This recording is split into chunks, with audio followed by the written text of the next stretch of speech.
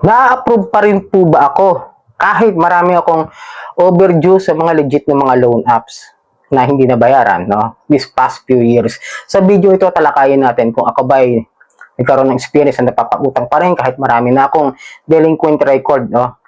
Dito sa video ito. Pero bago lahat, maglalambing ako sa inyo na paki-follow po ang aking mga social media account, ang Facebook, TikTok at ang aking YouTube channel. At kung nakatulong sa inyo ang video ito, malaking tulong din po ang inyong pag-like, pag-share, at para update po kayo sa mga dito sa usapang online lending apps, ay pakihit lang po yung bell sa ating notifications. Then, disclaimer, hindi po ako nanghihikayat na kayo ay mangutang dito sa mga OLA. Ako po ay nagre-review lamang po. Sinisilip ko po kung ano yung kanilang proseso ng pagpapautang at ang proseso ng kanilang paniningil. Para magkaroon ako sa inyo ng shared real experience at magkaroon kayo ng tamang expectations dito sa mga operasyon ng sistema ng mga online lending apps. Ulitin ko, hindi ko kayo hinihikayat. Maging matalino kayo, maging maingat kayo bago kayo mangutang dito sa mga OLA. So, share ko lang sa inyo, no, kung ako ba ay na-approve pa rin sa mga OLA kahit na may mga overdue na ako sa mga legit na mga loan apps. Okay, sample, Bilis. Meron akong update dyan sa Bilis, doon sa isang channel, yung Johnny Depp. Panoorin nyo yon, i-upload ko para maintindihan nyo. At may maganda silang offer about sa aking overdue na 3 years na utang. At maganda talaga yung balita na yun para sa akin. Medyo makakatulong sa akin. Okay? And then, meron din akong tala, meron din akong ba yun? Parang yun yata ang aking mga overdue na taon na. Kasi yun yung Gcash ko, nabayaran ko na yun eh. So yun nga, kahit may mga OLA ako na mga legit na lending, na mga OLA ay na-approve pa rin ako. Nang paminsan-minsan. Hindi naman po agad-agad, no?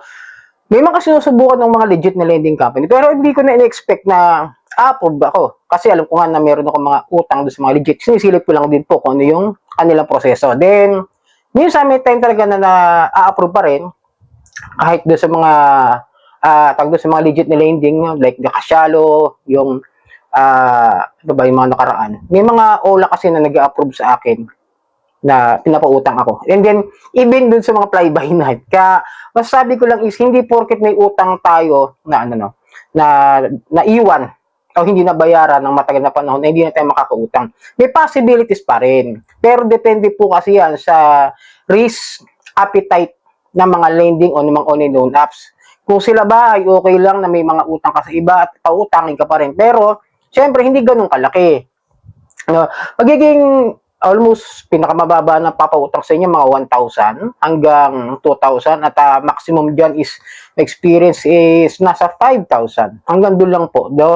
Then, syempre, nare-record po sa CIC yung aking mga delinquent records like that, no? Kasi syempre, utang yun lalo't ang utang ko tala, bilis ng mga legit. Kaya medyo good news sa akin yung nakita ko doon sa aking email at doon yung nga panoorin sa isa kong channel, no? And then, kung sinasabi naman ng iba na hindi na makakautang, siguro sa mga banks, kung ang lending company nyo ng mga legit is submitting entities ng CIC, di ba? Mga submitting entities, yan po yung lagakan ng ating mga data, ng ating mga utang na hindi natin nababayaran. Kaya medyo bumababa yung ating credit score, ay ito na magiging basihan nila. Ngayon, kung mangungutang ko sa mga legit na lending, financing, sa banks, and even sa mga motor, I think makaka-apekto ito kapag kukuha ako ng utang sa kanila o ng loan. No? Example, kunwari, plano ko kumuha ng motor, maaaring maapektuhan po yung aking pagkuha dahil sisilipin muna nila yan kung may kakayahan akong bayaran o may mga delinquent record nga ako sa ibang mga lending company o sa mga online lending apps na submitting entities ng CAC. Maaari, kaya nga sabi ko nga, maaaring magkaroon ng problema once na kumuha ako ng motor o kumuha ako ng loan sa isang financing. Sa home credit, naaalala ko, no, i-wheelchair lang, no, talagang nasilip nila yung aking wala naman ako delinquent noon May existing loan pa ako doon sa isang lending company rin. Pero yun yung appliances naman po. Yung dati, kung naalala nyo yung Ion, meron po ako dating existing loan doon. Then, nagulat ako, nalaman nung nag-apply ako ng loan, gadget, cellphone. Nagtanong, sir, sa akin yung agent, sir, meron ba kayong utang sa iba? Kasi may naka-record doon na napansin. Kasi accessing entities din po ang home credit. Kasi sabi ko, meron po existing. Kasi last hulog ko na lang nung time na yun. Kaya sabi ko nga, baka makakuha ako ng gadget sa home credit. Then, after that, na-reject dahil sabi sa akin, tapusin ko raw muna, total last hulog ko na, tsaka ako mag-apply ng loan sa home credit, okay? Hindi naman po lahat porket may delinquent loans tayo na hindi nabayaran is automatic na hindi ka na makakautang. Makakautang pa rin naman, pero it based on their risk appetite ng mga OLA o ng mga lending apps, okay? Para hindi kayo masyadong kasi ibang tatong, baka hindi na ako makautang kasi ang dami na record o baka makautang pa ako. It depends.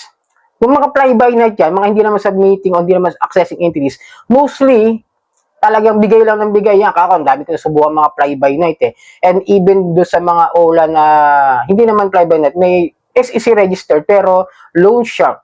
Ulitin ko, loan shark siya.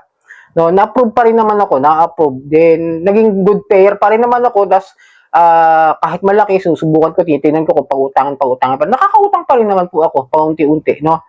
Then, pag susubukan ko, by emergency, nakakautang pa rin.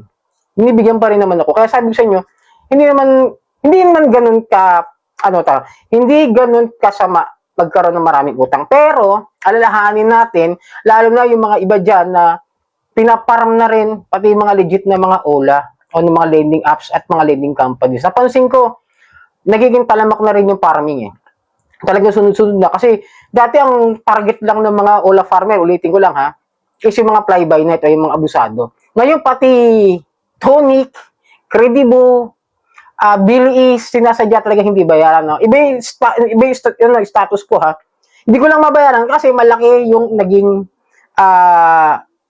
penalty sa akin. Kaya hindi ko mabayaran ng buo. Kasi ang gusto one-time payment or promise to pay na hindi ko sure kung mababayaran ko. Kaya nga, meron update ako sa Bilis. No, kaya ulitin ko pwede pa rin naman kayong makautang at possible pa rin kayong mapautang.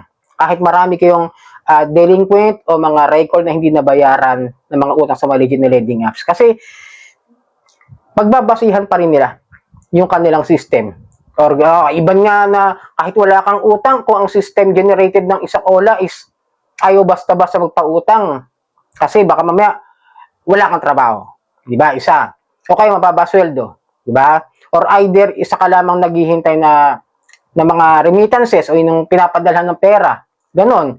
O isa kang estudyante.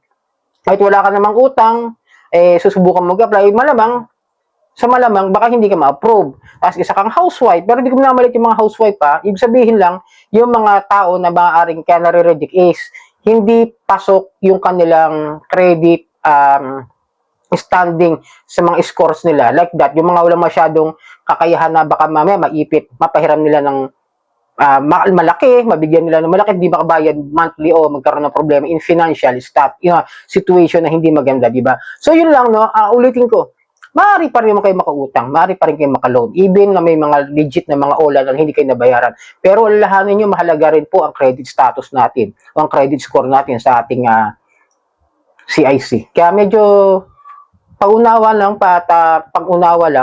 maging matalino tayo na huwag basta-basta papasok sa mga utang. So, sa pag-uutang din sa mga online cash, pag-aralan muna natin bago natin utangan at bago tayo sumubok mangutang sa mga ito. So, sana nakatulong ang video muli.